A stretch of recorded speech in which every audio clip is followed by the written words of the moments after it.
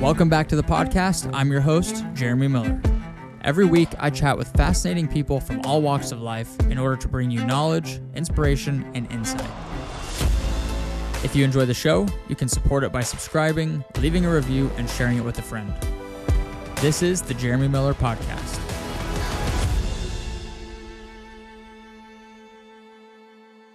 Look at this. Let's go, Look at this setup, baby. Jeremy has been podcasting for like two weeks. Less than 7 days. Less than 7 days. He's already got this freaking setup. Look at this. We're about to get after it. Let's go. Let's go, baby. I don't do like an intro or anything, so it's just right into the combo. I love it. Dude, Dom, Fusco? I still don't know how to say your last name. Fusco. Fusco. The true Italians will say Fusco. Fusco. But yeah, we'll go with Fusco for today. Fusco. All right. Regardless, welcome to the podcast, dude. Glad to have you here. Thank you, my friend. I appreciate it. Had a heck of a morning so far, and we're all set up here in this beautiful pier space, and I appreciate you giving me the floor to share my story and just chop it up and freaking have some fun. Of course, man. What did we do this morning? I feel like we should tell people because it was a pretty epic. Yeah, so we were out at Cedar Trunk Ranch. Shout out to Devin Levesque and Jimmy DeSico, their place out in northwest of Austin, somewhere around Cedar Park area. Cedar Park area. I'm not from here, so I don't know where the vicinity of that is on a map. But we did about 3 mile trail run and a legit trail. Legit trail. Like that was some legit trail, and I wore Vivo barefoots, so I was feeling every single little rock that was going on out there. Regardless, amazing views, amazing property. We did a body weight workout after that, led by Kelly Matthews, and then we did some sauna, cold plunge. We went back. I got mauled by your dogs, and we drank some coffee, set this up, and now we're ready to roll. And it's 12:01 p.m. So it's been a heck of a day so far. It's been a day, man. That was such a fun morning. Like, there's literally no better way to start your day than, especially when it's with people like that. But going out, getting exercise in, getting a run in, lifting, doing some strength training, cold plunging, sauna. Like, there's literally no better way to start your day. And when it's around people that are like-minded.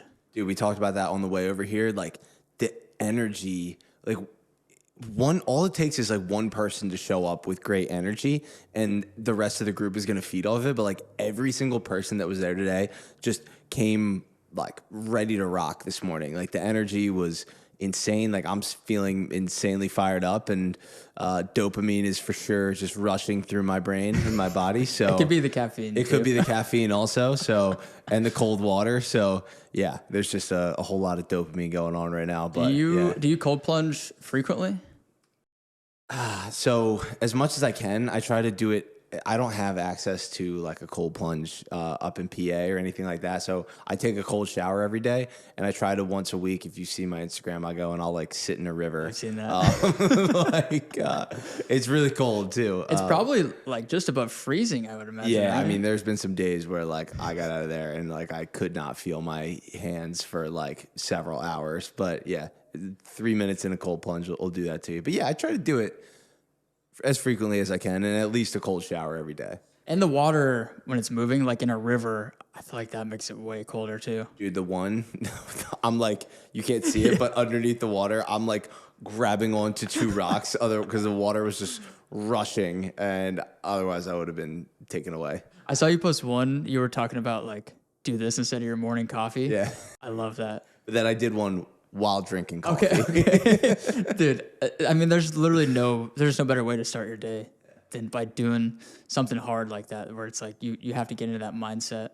Yeah, 100%. Like, I interviewed Eric Hinman recently, and I asked him like why a morning routine is so like crucial for him in setting his day up for success. And I've had like this conversation has come up like a lot recently actually too. And it's like, well, why do you get up early and go run first thing in the morning? Why do you go work out first thing in the morning? And it is because when you put yourself through something hard, through something uncomfortable, none of us want to get up when the alarm goes off and get up and go do something hard, go out for the run, go to the gym, maybe it's go to the pool, get on the bike, whatever else it is. Most of the time, that's going to be like the hardest thing that you do that day.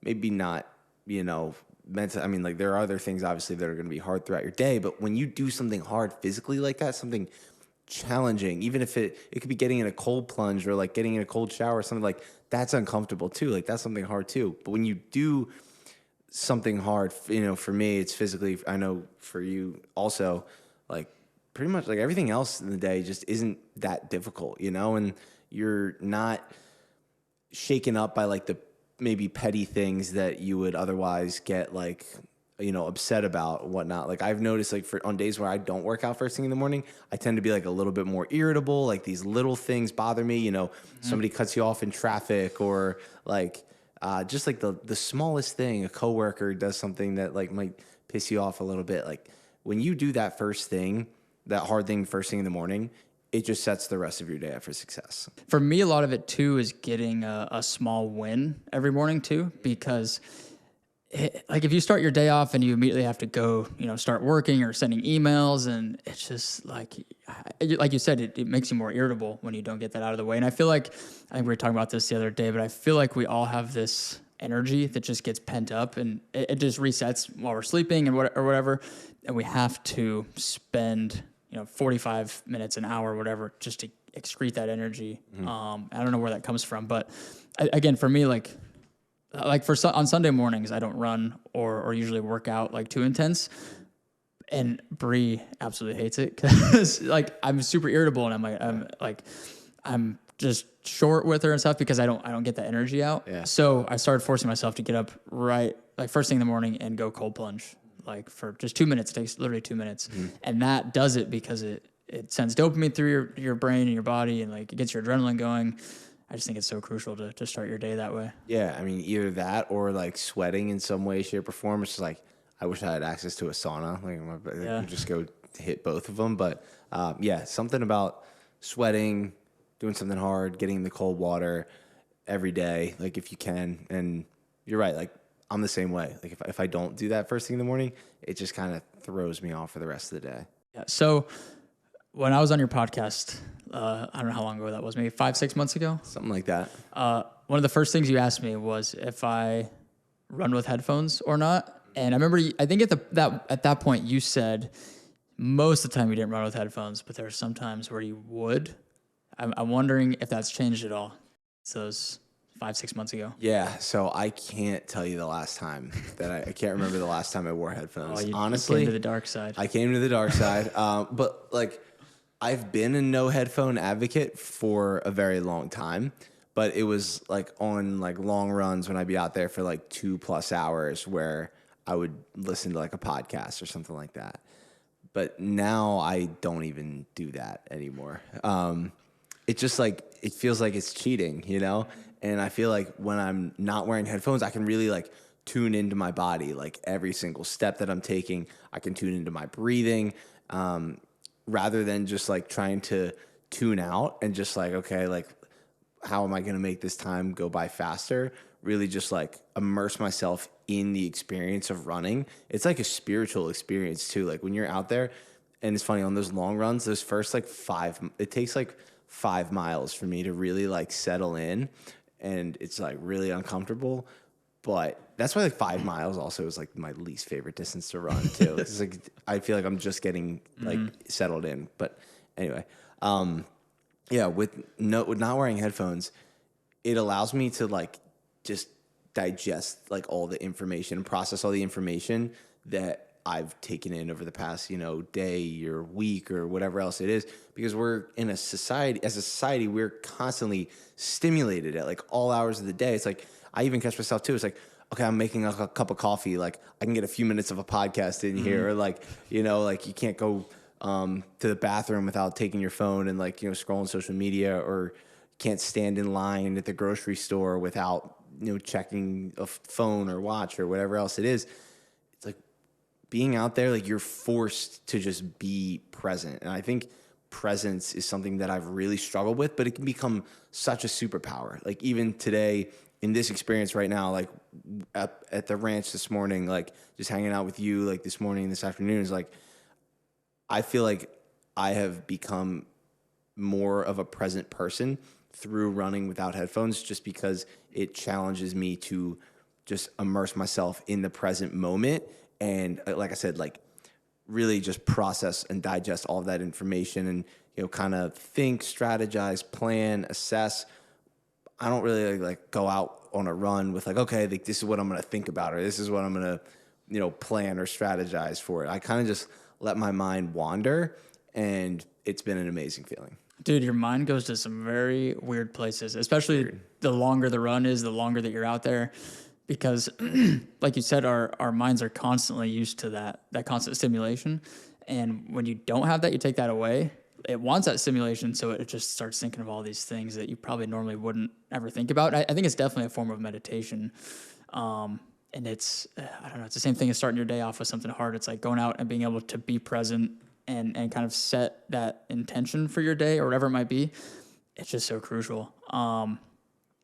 So when you first started running, did you, I'm assuming you started with headphones and then you've slowly navigated away from that? Yeah. So I started with headphones, and like, even if it was like, if I went to the gym and I realized I didn't have my headphones, which there's sometimes like, depending on what gym I'm at, I will like still wear headphones a lot of times. But like if it's like the one gym I typically go to at home, I usually don't, just because the music's super loud and the vibes are great. Same thing like down here, if I'm working out at Squatch, like the vibes are just great. Like I don't need it. But when I started running, I was like, there was no way like I could ever run without headphones, And then when I tell people that, they like freak out. It's like, wait, you don't run with music or podcasts or whatever? I think you're nuts. Yeah. Which, kind of. It might be. Yeah, it might be. They might be onto something there. But there was one day last summer, and I was in like a really I was just off, like physically, mentally, like spiritually. I was just like, I was at like a crossroads in my life, and I was having like this like identity crisis, which I had like every other week for like dude, I still months. have that. Yeah, exactly.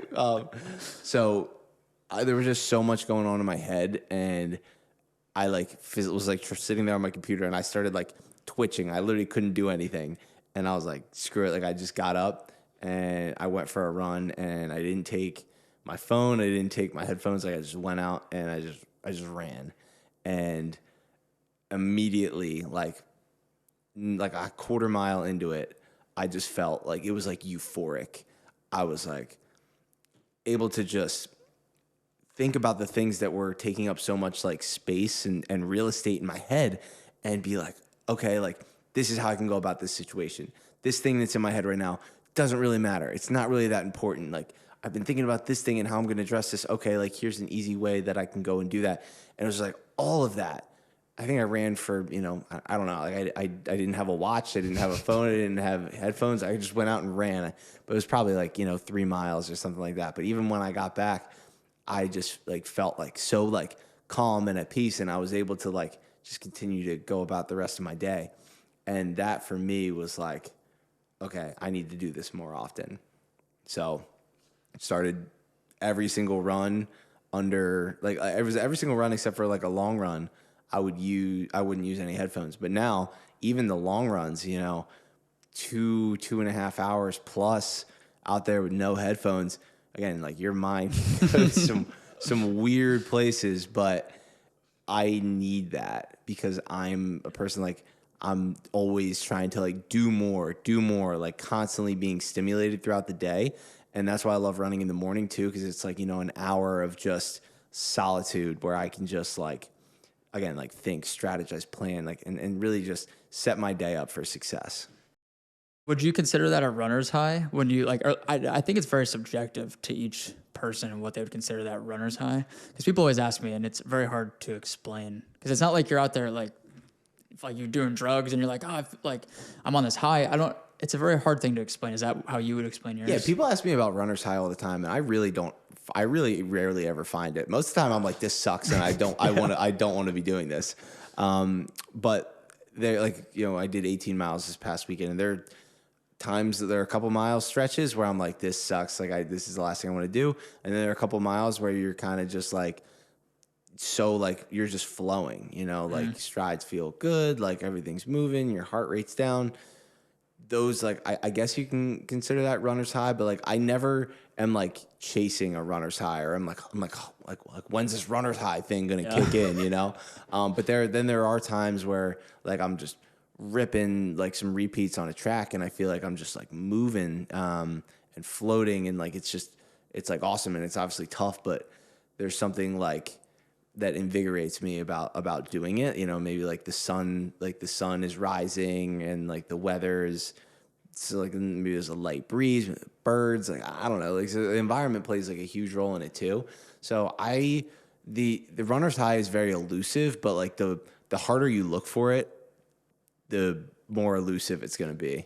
100%. I think you described it there as like a flow state. I think that's how you know when you find your passion or whatever that thing is that you're meant to do, is when you can get into that flow state. Like I find that when I'm editing videos or when I'm working on a project that I really care about, or when I'm running, like, and even a flow state is really hard to explain to people, because I think when you're in a flow state, you don't realize you're in a flow state because you're focused solely on that task at hand. Do you find that with running, or do you find that with other things too, getting into that flow state? Yeah, so I've been trying to be better with this in terms of like, I'm always like, okay, like I'm going to do this from X time to X time, and then I'm going to move on to like this thing. And I try to do too many things. And so when you try to do too many things, it's harder to find that flow state, because it takes a while for you to actually get into that. And there's like 4 cycles of flow. And it's like struggle, or I'm going to butcher it, but like basically it's like it's struggle, release, flow, something else, recover, struggle, release, flow, recover. And so a lot of times like, and like struggle could be working out. It could be doing some breath work. It could be, getting in the cold shower or whatever. Struggle. And then like release would be, having breakfast or something like that. And flow comes after that. And like the flow state would be like, doing like what we're doing right now, where it's like, 60 minutes or so, 90 minutes, 120 minutes, whatever else it is, where you can get into that flow state. And then you do that until you get to a point where it's like you start to get frustrated, or like maybe you're working on a project or whatever, and you start to get irritated. Like that's where as society, like we try to just push through.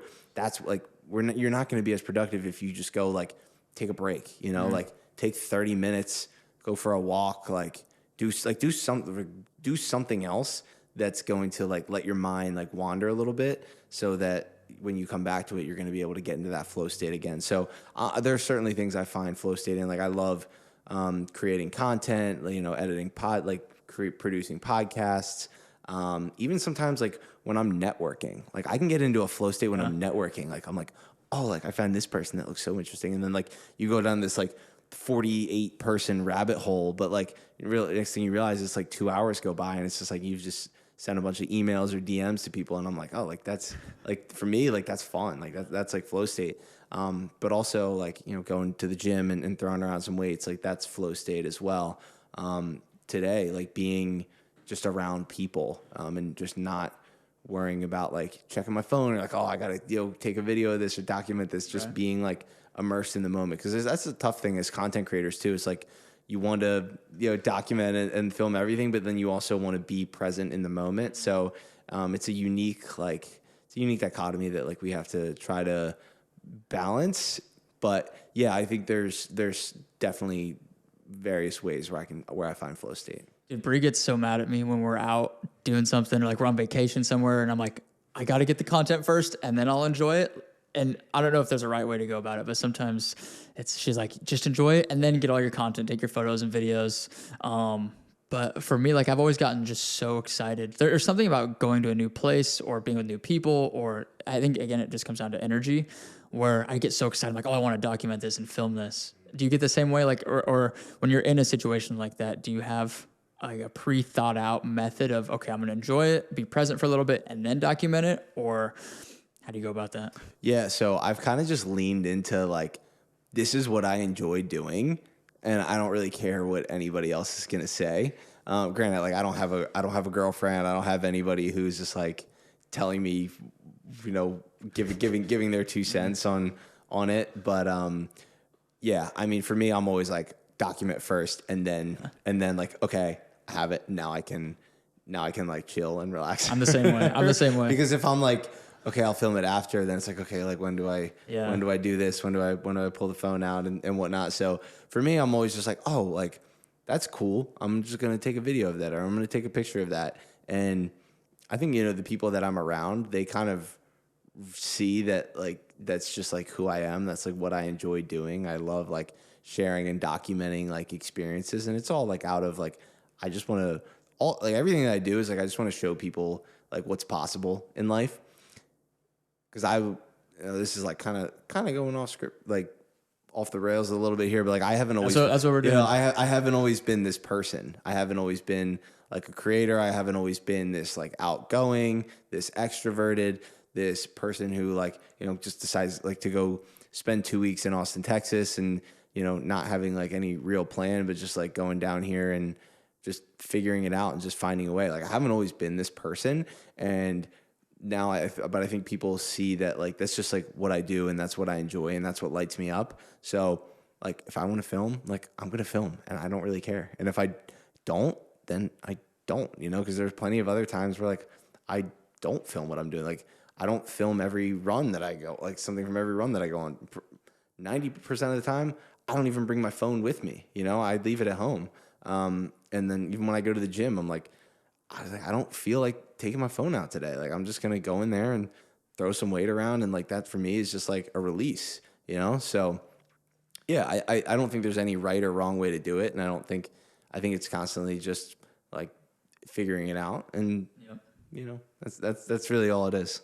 How did you get to be the person that you are now? If you say that you haven't always been this way, what's the Dom backstory here? So I call COVID was like my rebirth. Like I think it was for a lot of people. I think so too. I had this version of me that I grew up with that, when we're as kids, we're always taught like, be a leader, don't be a follower, like, stand up for what you believe in, like all these things. And for me, like, I knew that was what I was supposed to be doing, but I still didn't do it. And in my gut, I've always known that I've had this like ability to, inspire, to motivate, to empower, and to, be a leader amongst people. And I was just always so afraid of what my friends would say, what my family would say, what my siblings would say, like cousins, aunts, uncles, grandparents, like whatever else. I was so worried about like what other people would say. And like I would use that like as justification for why I wouldn't do something. Like in my head, I'd be like, what, I would love to do this, or I'd love to start this. But you know what? This person might say this. This person could say that. It's like, you haven't even done it yet, dude, And so I just felt like I was always very like average in anything and never lived up to my full potential, whether it be school, sports, relationships, like projects, like whatever else it was. I was always just getting by, just like comfortable, just getting by and comfortable, like being like, okay. In the middle of the pack. And I had 2 pretty bad injuries in college playing football. One was a torn ACL. One was a herniated disc in my back. And I used like, alcohol, partying, so the social scene as an escape from all that stuff. Because one, like I wouldn't be in as much pain and I would just numb it with the alcohol and the partying. And, the other way was like, it was just easy, like it was, I would just start to feel sorry for myself. And I shout out to my friend Miles. I've been talking about that a lot recently because he was the one in college. He lived on my floor and he's very entrepreneurial. He's got a couple really successful businesses. I was broadcasting basketball in college, or basketball and lacrosse when I was in college. So like while I wasn't playing football, and I loved it. Like that stuff lit me up. The broadcast media, the content creation, the things like that. And then mind you, I didn't even have a social media anything at this point. I just loved being a part of that club. And my friend Miles was like, dude, like you're really good at what you're doing there. Like you should start a podcast, YouTube channel, like do something. And I was like, yeah, maybe. But I was, again, like I love my college roommates and my friends to death, but I was afraid of what they would say to me and like judge me for that. And like there was so many things that like I never got involved in early on in college just because I was so worried about what they would think of me. And I didn't think it was like cool to be in like the clubs and the activities and doing the extracurricular things, right? Because like in college, like, you know, or in high school too, it's like you're a jock. Like, oh, you don't join the band. Like, you don't join the, you know, mock trial club or like robotics or like whatever else it is. Like, you just go and play your sport and you hang out with your friends. Like, that's all you do. And so for me, COVID was the opportunity to take the time and say, okay, like, what is it that I really want in life? What do I feel actually called to do? You know, at that point I was like, if I'm ever going to do this, it's going to be right now. You know, I have more time on my hands. I didn't have, and I kind of looked at myself in the mirror one day during COVID, and I just wasn't happy with the person I was looking back at. I literally was like drinking beers with my friends on Zoom the night before. Like, so I was like, woke up like just hungover, like in my house, and I looked at myself in the mirror and I was like, just like disgusted with the person that I was looking back at. And I was like, dude, like, is this really what you want the way you want to live your life? Like, the two words that scare me the most in the English language are what if. And people ask me like, what scares me? Like, regret. Regret scares the crap out of me. And the last thing that I want to do is get to the end of my life and say like, you know, what if I could have done that? What if I would have done this? You're always going to regret, or you're never going to regret the things that you actually do, but you'll always regret the things that you don't.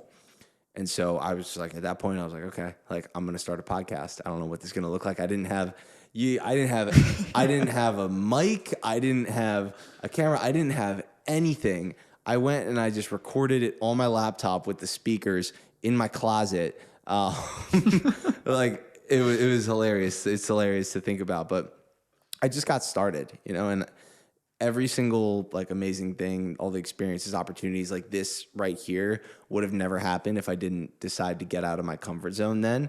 And I started interviewing more people in the health and wellness space. I started interviewing people who had podcasts themselves, who had YouTube channels themselves, who were really just shining a light on the world. And I was like selfishly just wanted to like pick their brains and see how I could apply that to my life. But I could also share those opportunities, like share those stories, those insights, and that wisdom with the world.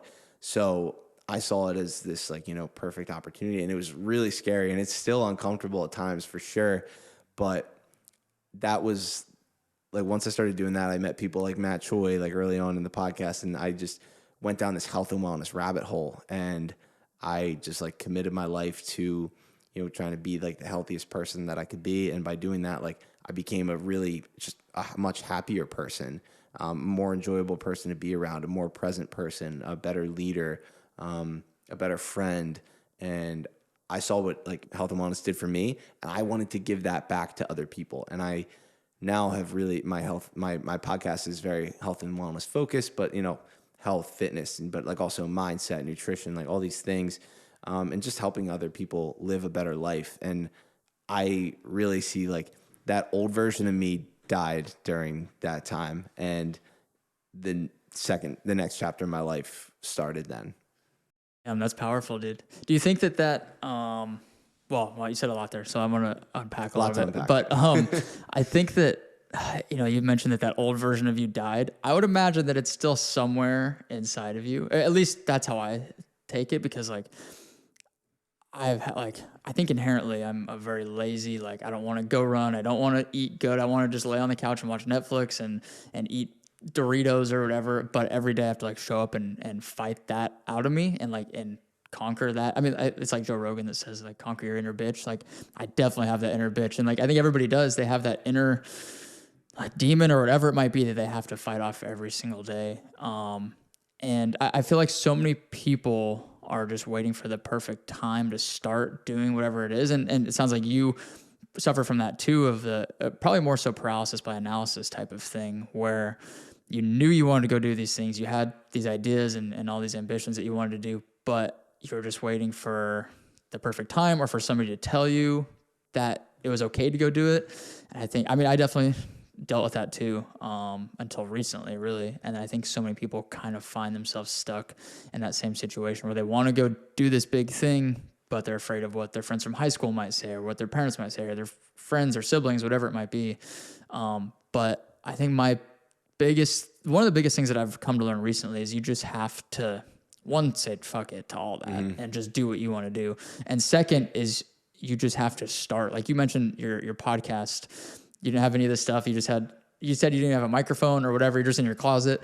Like just start. And I mean, now you've done over 100 episodes on your podcast and you're going to interview the CEO of Super Coffee in a couple hours. Like I'm sure that when you were recording in your podcast or in your closet, that first podcast, you never would have imagined like you'd be interviewing CEOs and all these health and wellness professionals and stuff. Like, I think that's the biggest thing that people can learn from all of this is just try and just go and do it. And you're just going to figure it out along the way.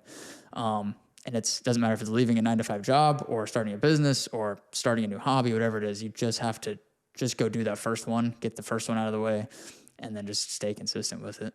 Yeah. You nailed it right on the head there. Like relentless forward motion. Like it doesn't matter how messy it looks like this could be anything. It could be starting a business. It could be a podcast, a YouTube channel. Like maybe you just want to start like painting or, gardening. I don't know, like whatever like thing, hobby, interest, passion that you've always wanted to start, like just swallow the pill of like, it is not going to look great at first. You're going to mess up, you're going to fail, and those are necessary. Like if you're not messing up, if you're not failing, if you're not saying, man, like that was stupid, like you're not getting outside of your comfort zone enough, you know? So like I always tell people like, you know, like how can I, like, how do you wake up early? How have you been able to run all these miles? How have you been able to do this? It's like, you see what I'm doing right now, but you don't see like where I started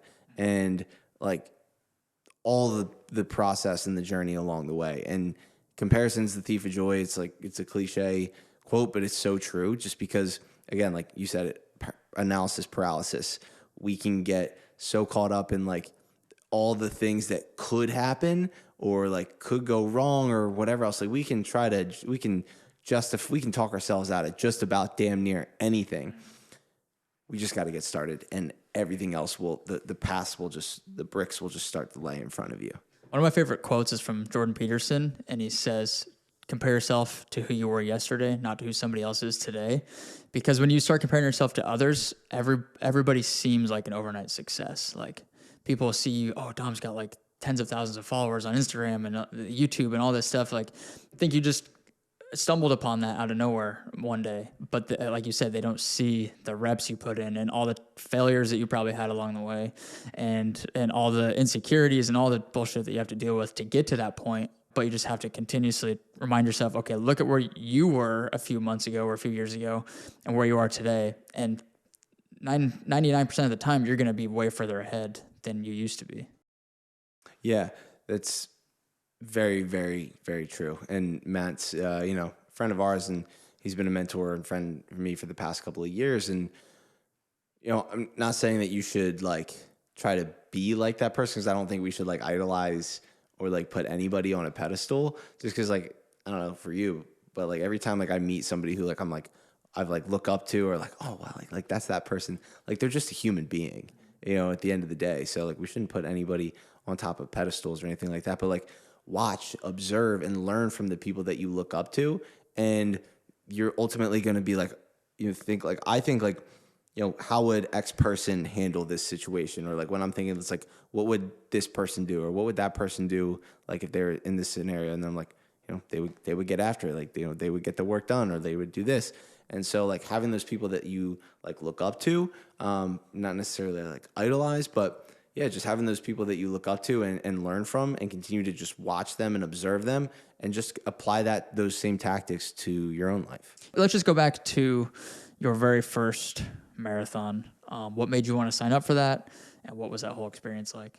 Yeah, I really had lost my like love for training after after playing college football. Like all of my training, everything that I had always like planned to do with like everything, like fitness, nutrition, like my whole life was centered around like being the best college football player I could be. And then after that was over, like I went and I had a great season, but then it was like, okay, what do I do now? What do I do next? Like I was getting into the fitness space. I had started my own, online fitness and nutrition coaching consulting business, and I was training youth football players and soccer players because I thought that's the kind of the route that I wanted to go, was sports performance.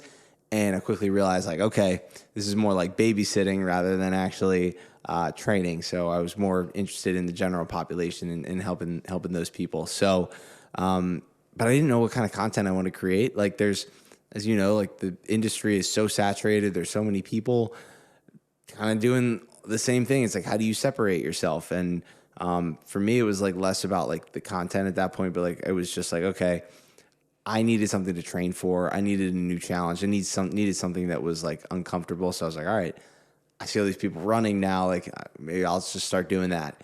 And I started running, and I hated it, but I just kept going. And I was like, you know what? All right, like, I'm not just gonna run a marathon, but I'm gonna run a sub 3 hour marathon, or sub 3:30 at that point. So yeah, I was just like, all right, like, here we go, and I started documenting, what I was eating, how I was lifting, how I was training, how I was recovering, this, that, and the other. But like, there really was no like, oh, like, after I'm done playing football, I'm going to run a marathon. It was kind of just like something that I fell into, and it was a new way for me to learn. Like, I'm just trying to be a lifelong learner.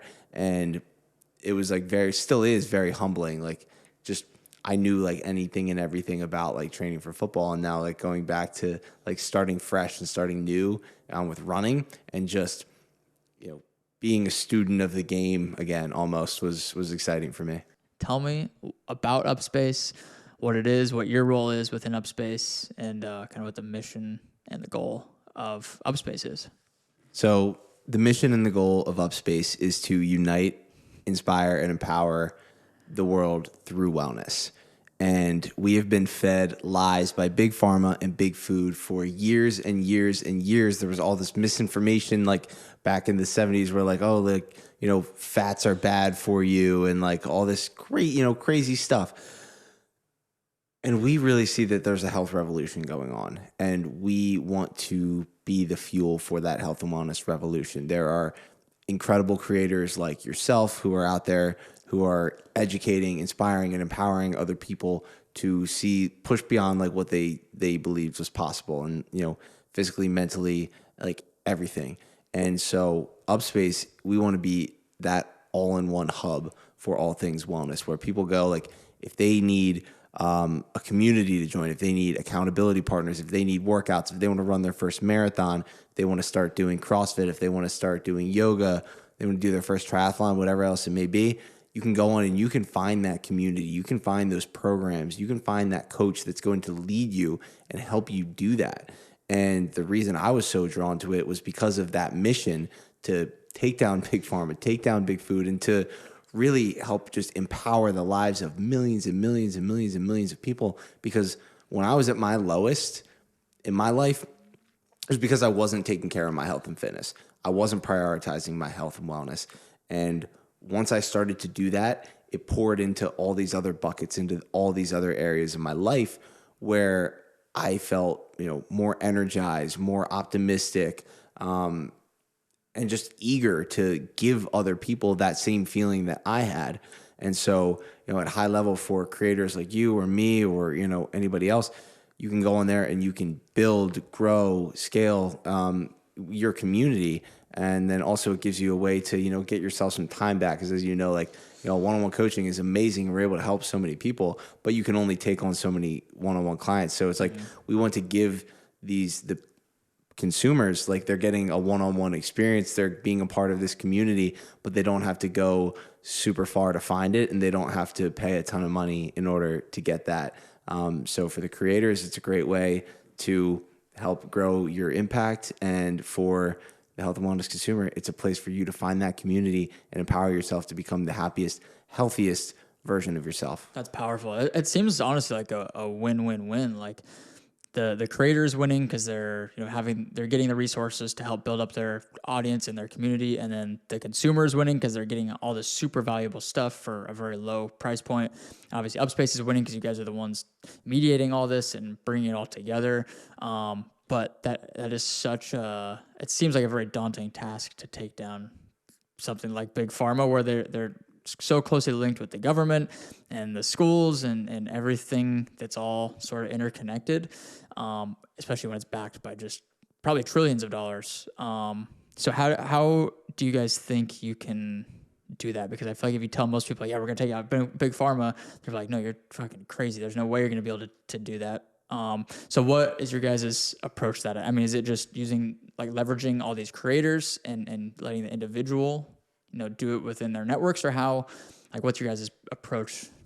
So there's kind of like two, like, we really see it as like we're creating an army of health and wellness creators and brands too, because brands also, like, there's some amazing brands that are out there that are using, really well sourced, high quality ingredients and products that are going to, like, actually, help other people rather than just like poison our minds and our bodies, like a lot of these foods and these drugs are. So it starts with the creators because they are the ones that have the most influence, right? Like, I think of myself, like all the products that I use, the gear that I've got, like all of it's like, oh, I see this person using that product or these shoes, or they wear those clothes, or they consume this kind of protein, whatever else it is. I'm like, okay, like that's validation for me that, like, if they're using it, I'm probably going to use that as well, right? I see you go out and run a sub 3-hour marathon, a sub 250 marathon, all these different things. It's like, okay, yeah, I'm going to hire Jeremy as my coach because he's done it before. Like, he knows what he's doing. He's going to be able to help me. And with the power of social media today, we're able to take back the influence and the power from these organizations, put it back into the hands of the creators, and they're the ones that have the most influence. They're the ones that are able to reach, hundreds, thousands, hundreds of thousands, millions of people. And it starts with one, and then, you, me, Matt, Claire, Steph, all these other people, Katie, whoever else, like, they have other friends too, and they see, oh, like, I see she's doing that, and she seems to be crushing it, or he seems to do that, and he's reaching a lot of people. And then all of a sudden, everybody else is attracted to this one place where, like, we're all able to grow together. And it's like, the more we all help each other grow, lift each other up, build this community, these communities, like, within the community, it's ultimately going to just create this, like, ultimate, like, boom, this ripple effect of being able to reach more people. And then, with the brands as well, it's like, let's connect these brands, let's connect these creators, like, let's form partnerships and deals that are going to allow these really high quality products that are, helping. They're good for the earth, they're good for our bodies, they're good for our minds, they're good for everything. Like, let's help grow those together, because it's like, the more the creator grows, the more influence they have, and the more the brand grows, the more these people are benefiting from it, and they're ultimately able to go and do their best work. So it's just this ultimate, like, flywheel effect, domino effect of, like, one thing fueling the other. And rather than just, like, one thing, it's like all of it combined. That's powerful, dude. I think that COVID was kind of the catalyst for this revolution of health and wellness and empowering individuals. I think the internet as a whole has done that, but I feel like COVID, like, really just accelerated all that of giving individual influencers, and even, you don't even have to be an influencer, quote unquote, but, like, everybody has influence within their own communities or whatever. And so giving more power to those people. And I think that is ultimately, it is a revolution, like, the individuals taking over these giant corporations and big pharma.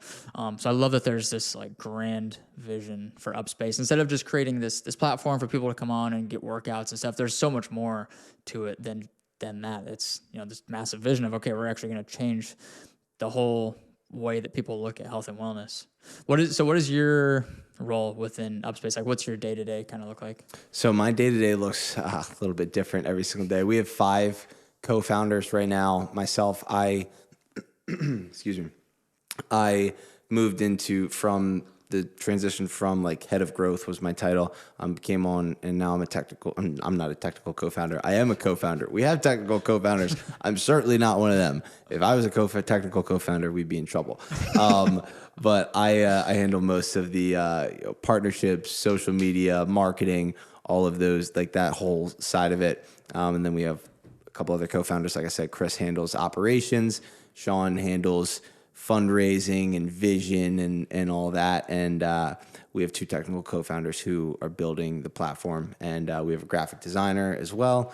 We have another developer who's extremely talented. And so we have this really cool team of people, and like we all are so different in what we bring to the table, and that's why I believe and I know it's going to be successful, because if we were all really great developers, like we'd have a sick app, but nobody would know about it, right? And so like we wouldn't understand who like the target consumer is, and this, that, and the other. So for me, it's really like, even doing things like this and spreading the word and just trying to continue to put out like, energizing, informative, and entertaining content that's, going to help people realize like, okay, like I want to achieve this goal. There's these things I want to accomplish in life. Like there's a place for me to go and do that. So, that's kind of what my day-to-day looks like, is connecting with a lot of people. It's, creating content for social media. It's coming up with, marketing campaigns. It's doing email marketing. It's, a lot of different things. It's not all super sexy, but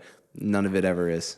Dude, if any of the other guys on the team are like, I mean, I really only know you and Sean. I kind of know Chris, but if anybody else is half as dedicated and passionate and hardworking as you guys, I have no doubt that it's going to be super successful. So I'm definitely rooting for you guys. I'm hopefully, going to help facilitate all that alongside with you. So, that's awesome. And I'm really excited to see where all that goes. But going back to Dom, the individual, what is like your 5-year, 10-year plans, your goals? And you don't have to have an answer. But do you have this like grand vision for yourself within your own life? Yeah, I've always had this idea of like, I want to build a team around my creative vision too. And I've always wanted to like help inspire, empower, millions and millions of people through health and wellness, through my social media channels, things like that. And Upspace gives me a place where I'm able to like build that community and, help more people at scale while still having the time to create the content that I love and enjoy doing, and where I'm able to like ultimately reach more people. And so ultimately, 5 to 10 year plan, like I don't really have like I'm going to have this many followers. I'm going to be making this much money. It's like, I got asked recently, if money wasn't an issue, like what would you be doing? And I thought about it, and I would be doing the exact same thing I'm doing right now. I just want to be doing that at a larger scale. Like we were out at Cedar Trunk Ranch today. I would obviously love to have a property, something like that, somewhere where I can host retreats, where I can bring people together, help people like live their best lives. So like it's all in the cards. I want to continue to grow the podcast, the YouTube channel, the impact and things like that. And obviously, like I want Upspace to be the biggest health and wellness platform in the entire world. So by me continuing to pursue hard things, hard challenges, physically, mentally, try to have on some incredible guests, like yourself. You're a graduate of the Pure Ambition. An alum. Yeah, you're an alum. But 5-10 years, I don't have a real destination, but I just continue to ask myself every day, like, am I better than I was yesterday? How can I be just a little bit better than I was yesterday? And if I can do that every single day for 5 to 10 years, then I'm not worried about the outcome. I'm just focused on the process. Yeah, man, falling in love with the journey is what it's all about. And it's just continuously working at it, being better than you were yesterday. And I think through continuously working on yourself, that's how you can help other people. It's like, everybody says you can't pour from an empty cup. You have to work on yourself, make sure that you are the best version of yourself, which the great thing about that is there's no end to that. Like 5, 10, 30, 50 years from now, you're always going to be working on that best version of yourself. So again, like without a doubt, I mean, you're on the right path of like, I mean, I can't say that from experience or anything because like we're in very similar spots, but it just seems like, you're doing all the right things. Like you're making all the right moves. Like who is willing to come down to Austin, Texas and essentially couch surf or Airbnb surf for 2 weeks to just network and meet people and like put yourself out there and create all this content and be vulnerable in that extent, or to that extent. And like, I know there's not a lot of people out there that are willing to do that. And so the fact that you are, I think sets you apart. You have the willingness to go and do it. And I think that's what it takes to get where you want to go. And if that's what you think is going to make Dom the best version of Dom, like, I think you're on the right track, I think. Thank you, brother. I appreciate that. Yeah, man. Well, thanks for coming on, dude. Again, I really enjoyed this. Is there a good place where people can find you and follow you and follow all the stuff that you're doing? Yes, sir. So I'm most active probably on Instagram. Shoot me a DM at Dominic Fusco. But then I'm on TikTok at Dom_Fusco. Just find me on LinkedIn. Podcast is Pure Ambition Podcast. Go check it out wherever you see your podcast set. Search me up on YouTube. Pretty much any social, you can find me somewhere. But yeah. Beautiful. Dude, again, thanks for coming on. It's been a pleasure. Thank you, my friend. End every podcast like that. a little bow. Somebody's gonna be like, what's going on? Thank you so much for tuning into the show. If you enjoyed this episode, please make sure to subscribe to the channel, leave a review, and share it with a friend. We'll see you in the next one.